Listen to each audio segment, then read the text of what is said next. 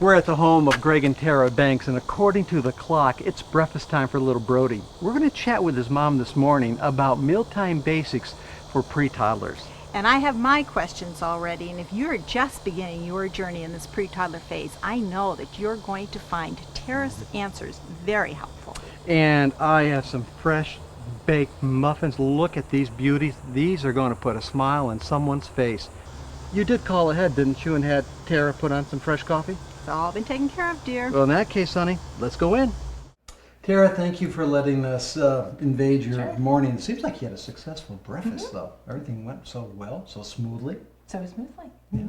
One thing I noticed, and this has nothing to do with my list of questions that we have for you, but that bib is quite unique. Oh, right. Yeah, we picked up a couple of these bibs. Really, it's makes it easier for us.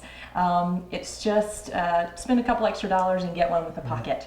Catches all the food and it keeps you from having to clean up the floor later. What a clever idea. In the old days, we used to get a dog. It's cheaper. Yeah, a lot cheaper. All right, Tara, we have our questions, and we thought what we'd like to do is break this into two parts. There's the discussion about the liquid transitions at this age, and certainly we want to talk about the solid food. So let's start with the liquids, honey. Let's take care of that first. Right, and that's the big transition. At 12 months, they're going from formula to milk, and how much, up to this point it's probably been about 32 ounces a day, but once they hit that 12-month mark, it drops considerably to about 24 ounces in a 24-hour period, and then again by the time they hit that 18-month, 16 to 18 to 24 ounces. So where's Brody in all of this now? Well, Brody's 13 months, and at 13 months he is having 4 meals a day: breakfast, lunch, a little afternoon snack, and then dinner. And at each of those feedings he gets about 6 ounces in his cup. Okay. Now, when did he move exclusively to the sippy cup? Because he is on a sippy cup. He is, and he about a month ago, so it hasn't really been that long, but we did start with the sippy cup much earlier. We started introducing it to him and letting him, in the beginning it was just play with it, and then begin to use it exclusively a month ago.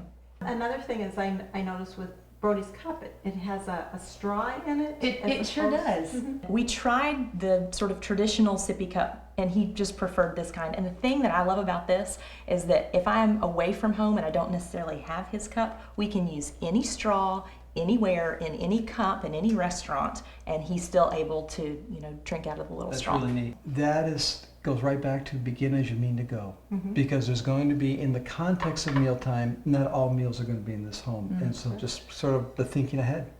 Let me just ask this: is there a rightness or wrongness to what if parents extend the bottle to 15 or 16 months? Is there an advantage, disadvantage? It's not really a morally right or wrong issue. It's just that the tendency, if it's the bottle that continues, you tend to give them more liquid than actually they need. And the sooner you make that transition, because they're developmentally ready and it's age appropriate. Well, let me toss this out to either one of you. Can you overfeed a pre-toddler, a child between 12 and 18 months, 24 months, too much milk? Oh, you certainly can. You certainly can. And the downside of that, if they have way more than that 24 ounces, more like the 32 that you've been used to giving them, then that diminishes their hunger, which in turn takes away from the nutrients that they receive, because formula was fortified, it had the iron, but when you're on milk, it does not have the same iron content, so they'll miss out on all the nutrients that they get from their solid. So the issue isn't really so much the milk as it is the milk is satiating them, so they're not eating the other foods that they really need. All right. And for Tara, Brody's getting whole milk. Brody? Yes, he has whole milk.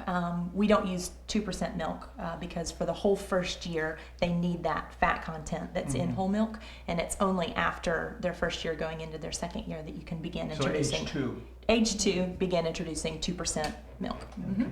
We hope you enjoyed this video. Please like and subscribe to see more, and check out the growingfamilies.life website to find more resources and to get connected.